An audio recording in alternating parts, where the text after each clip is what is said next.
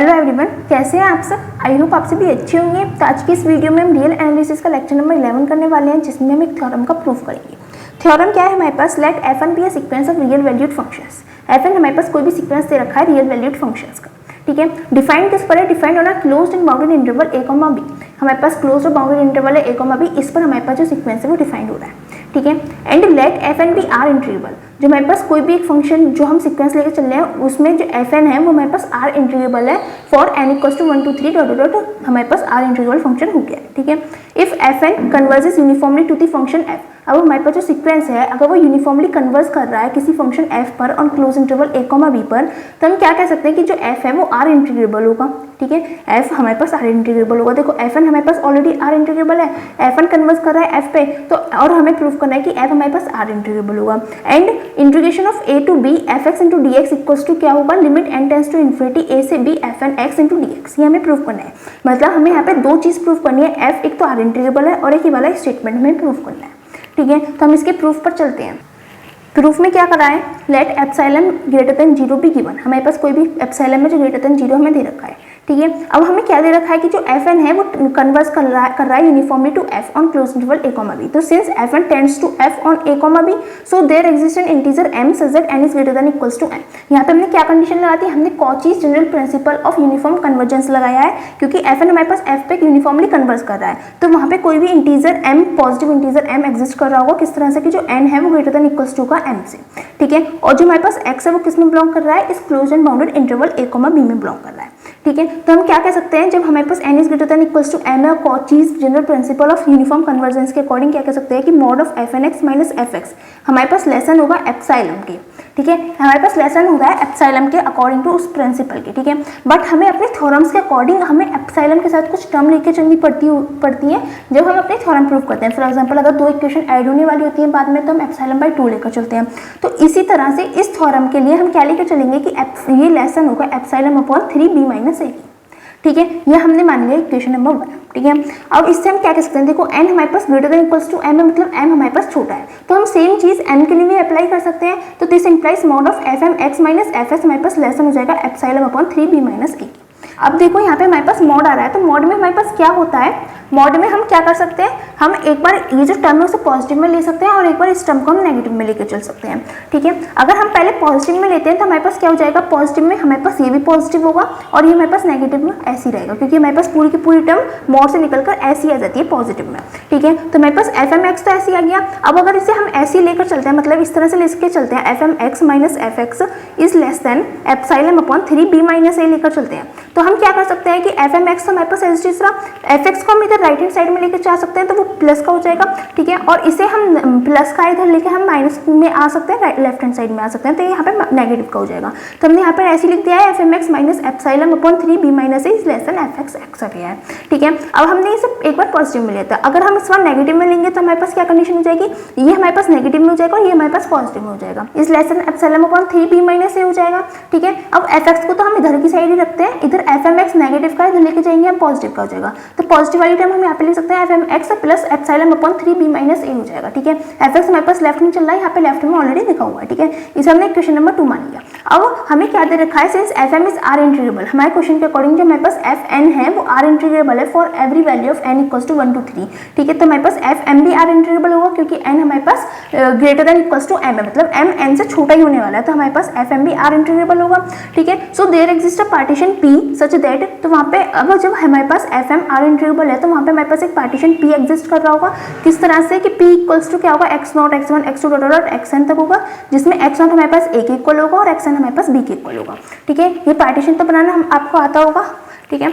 अब जब ये इक्वल्स टू बी हो जाएगा, ये हमारे पास पार्टीशन हो गया, तो हम अपनी कंडीशन के अकॉर्डिंग क्या कह सकते हैं, आर इंटीग्रेबल कंडीशन के अकॉर्डिंग कि UPFM minus LPFM is less than epsilon by 3 होगा। इसे हमने क्वेश्चन नंबर ए मान लिया है। लेस देन एप्सिलॉन होता है बट अपनी कंडीशन के अकॉर्डिंग, जैसे हमारे पास कंडीशन बनेगी उसके अकॉर्डिंग हमने एप्सिलॉन बाई 3 लिया है, ठीक है। अब हम क्या करते हैं, हमारे पास एफ एम फंक्शन चल रहा है, तो एफ एम फंक्शन के लिए कोई पार्टीशन पी में से कोई हमने पार्टीशन लिया है, तो उसके लिए हम स्मॉल एम आर में ऊपर लिख दिया है एम, मतलब हम एफ एम फंक्शन के लिए स्मॉल एम आर और कैपिटल एम आर हमारे पास इन्फीमम और सुप्रीमम है, ठीक है, और एम आर और कैपिटल एम आर यहाँ पे हमने पावर में m लगा रखा है, इसका मतलब ये हमारे पास फंक्शन fm के लिए है, और यहाँ पे हमारे पास पावर में कुछ नहीं है, इसका मतलब ये हमारे पास टोटल इंटरवल a, b के लिए इन्फीमम और सुप्रीमम वैल्यूज आ गई हैं। ठीक है, be the infimum and supremum values of fm and f respectively. ठीक है, ये हमारे पास fm की इन्फीमम और सुप्रीमम वैल्यू आ गई है, और ये हमारे पास f की इन्फीमम और सुप्रीमम वैल्यूज आ गई हैं। ठीक है, ऑन द इंटरवल हम किस इंटरवल के लिए लेके चल रहे हैं, xr-1, xr, मतलब हमारे पास जो पार्टीशन है उसमें से हमने कोई सा भी एक सब इंटरवल निकाला है यहाँ से, जो हमारे पास क्या है xr-1, xr। ठीक है, अब हम क्या करते हैं नाउ, अब हम इक्वेशन नंबर 2 का यूज करेंगे। इक्वेशन नंबर 2 में हमारे पास क्या दे रखा है कि जो fmx है वो fmx minus epsilon upon 3b minus is less then fx है। इधर नेगेटिव का इधर हम ले जाके पॉजिटिव का कर सकते हैं, तो हमने यहाँ पर यही कंडीशन लिख ली है फ्रॉम इक्वेशन नंबर 2। ठीक है, अब fmx का जो मिनिमम वैल्यू है वो हमारे पास स्मॉल mr m है। ठीक है, और ये हमारे पास fx की मिनिमम वैल्यू हमारे पास स्मॉल mr है। ठीक है, plus epsilon upon 3b minus से एज इट इज चल रहा है। अब हम दोनों साइड समीशन ले लेते हैं r=1 से लेकर n तक। ठीक है, और हम डेल एक्स आर की नेक्स्ट लाइन में मल्टीप्लाई कर देते हैं, सारी टर्म्स में हमारे पास मल्टीप्लाई हो जाएगी, यहाँ पे भी डेल एक्स आर आ गया, इस टर्म में भी आ गया, इस टर्म में भी आ गया। ठीक है, एम आर हमारे पास कांस्टेंट है, एम आर हमारे पास बाहर आ जाएगी, जो हमारे पास टर्म है ये क्या बनेगी, लोअर रीमन सम बनेगी। ठीक है, और ये क्या बनेगी, ये हमारे पास लोअर रीमन सम ही बनेगी, बट ये फंक्शन एफ एम के लिए बनेगी और ये फंक्शन एफ के लिए बनेगी। ठीक है, plus epsilon upon 3b minus से हमारे पास समीशन से बाहर आ गया है, इधर समीशन से बाहर आ गया। डेल एक्स आर का जो r=1 से लेकर n तक हम सम करेंगे तो हमारे पास क्या वैल्यूज आएंगी, देखो इसका हमने बता रखा था, डेल एक्स आर की वैल्यू पहले r=1 डालेंगे, फिर 2 डालेंगे, फिर 3 डालेंगे। ठीक है, नेगेटिव में आएगी, फिर एक पॉजिटिव में आएगी, फिर नेगेटिव में आएगी, फिर एक पॉजिटिव में आएगी, जिससे हमारे पास जो वैल्यूज है वो कटती जाएंगी, बस एक स्टार्टिंग की और एक एंडिंग की वैल्यू बचेगी, वो क्या है हमारे पास b-a। ठीक है, अब b-a से b-a कैंसिल आउट कर देंगे, तो अब पता चल गया हो कि हम एप्सिलॉन अपॉन 3b-a क्यों लेकर चले थे, क्योंकि हमारे पास b-a से b-a कैंसिल आउट हो जाने वाला है। ठीक है, अब जैसे हमने इन्फीमम के लिए हमने यहाँ से कंडीशन बनाई है, ऐसी सिमिलर कंडीशन हमारे पास मैक्सिमम के लिए बनेगी, दैट इज सुप्रीमम के लिए बनेगी। ठीक है, अब ऊपर वाली कंडीशन से हमारे पास क्या आ गया था, जो हमने पीछे लिखी थी LPFM is less than equals to LPF plus epsilon, इसे हमने इक्वेशन नंबर 3 मान लिया। ठीक है, अब हम सुप्रीमम के लिए वैल्यू बनाते हैं, तो हमारे पास क्या था इक्वेशन नंबर 2 से, इक्वेशन नंबर 2 से हम अब राइट हैंड वाली साइड में जो इक्वेशन थी, हमारे पास 3 इक्वेशन बनी थी ना, एक यहाँ पे इक्वेशन थी, फिर इस तरह से साइन आ रहा था, फिर यहाँ पे था, फिर इस तरह से साइन आ रहा था, फिर यहाँ पे था। तो पहले वाले के लिए हमने ये वाली कंडीशन ली थी, इस वाले के लिए हम ये वाली कंडीशन लेके चल रहे हैं। ठीक है, तो उससे हमारे पास ये वाली कंडीशन है। अब fx के लिए हम mr लेके चलेंगे, fmx के लिए हम mr पे m लेके चलेंगे, क्योंकि fm का है उसका सुप्रीमम हमारे पास mr पावर m होगा। ठीक है, plus epsilon upon 3b-a, power नहीं है, ये एक रिप्रेजेंट करने का तरीका है। ठीक है, तो हमारे पास क्या हो जाएगा, अब दोनों साइड समीशन ले लेंगे r=1 से n तक, और डेल एक्स आर ले लेंगे, डेल एक्स आर से मल्टीप्लाई कर देंगे, तो हमारे पास ये क्या बन जाएगा, ये अपर रीमन सम बन जाएगा, ये अभी अपर रीमन सम बन जाएगा फॉर फंक्शन fm, ये फंक्शन f के लिए बनेगा। ठीक है, और ये क्या हो जाएगा, एप्सिलॉन 3b-a हमारे पास समीशन से बाहर आ गया, इसका जब समीशन करेंगे तो वही पीछे वाली कंडीशन लगेगी, और हमारे पास इसका सम होकर b-a आ जाएगा, b-a से b-a कैंसिल आउट हो जाएगा। हमारे पास क्या बचा, UPF is less than equals to UPFM plus epsilon, ये हमने इक्वेशन नंबर 4 मान लिया। अब इक्वेशन नंबर 3 और इक्वेशन नंबर 4 को ऐड कर देंगे, on adding equation number 3 and equation number 4 we get, हमारे पास क्या हो जाएगा, देखो लेफ्ट हैंड साइड में क्या है LPFM है, और इधर क्या है UPF है, इन दोनों को हमने ऐड करा, इस लेस देन इक्वल्स टू में क्या जाएगा, LPF plus UPFM, LPF plus UPFM plus epsilon plus epsilon, मतलब 2 एप्सिलॉन/3 आ गया है। ठीक है, अब हम क्या करते हैं, देखो यहाँ पे PF वाली टर्म लिखी हुई है, तो इधर की साइड से हम PF वाली टर्म इधर लेके जा सकते हैं, UPF माइनस LPF हो जाएगा। ठीक है, सिमिलरली यहाँ पे PFM वाली टर्म है, मतलब फंक्शन FM वाला अपर रीमन सम है, तो यहाँ से भी हम FM वाला लोअर रीमन सम जो है उसे हम ले जाते हैं, तो ये प्लस का इधर जाकर नेगेटिव का हो जाएगा, प्लस 2 एप्सिलॉन/3 हमारे पास यहाँ पे कंडीशन आ जाएगी। ठीक है, अब हमें क्या पता है कि जो हमारे पास FM फंक्शन है वो R इंटीग्रेबल है, इसका मतलब UPFM माइनस LPFM हमारे पास लेस देन एप्सिलॉन होता है। ठीक है, और हमने ऑलरेडी कंसिडर कर लिया था एप्सिलॉन/3, यहाँ पे एप्सिलॉन/3 है। ठीक है, इक्वेशन नंबर ए से, फ्रॉम इक्वेशन ए, देखो यहाँ पे हमने कंसिडर कर रखी है equation number A, UPFM minus LPFM is less than epsilon. ठीक है, तो हमारे पास यहाँ से एप्सिलॉन/3 आ गई। अब देखो वो लेस देन एप्सिलॉन थी और हमारे पास लेस देन इक्वल्स टू चला था, तो वो हमारे पास सिर्फ लेस देन रह गया है। ठीक है, तो हमारे पास क्या आ गया, UPF minus LPF is less than, इन दोनों को ऐड करेंगे तो हमारे पास सिर्फ एप्सिलॉन बचेगा, मतलब हमारे पास जो f है वो R इंटीग्रेबल हो गया है। ठीक है, अब हमें दो रिजल्ट्स प्रूव करने थे कि f हमारे पास R इंटीग्रेबल है, और दूसरा हमारे पास एक स्टेटमेंट था उसे प्रूव करना है। तो सेकंड स्टेटमेंट प्रूव करने के लिए हम क्या करते हैं, now to prove second result we have n is greater than equals to m। Second result के लिए हमारे पास क्या है, n is greater than equals to m है।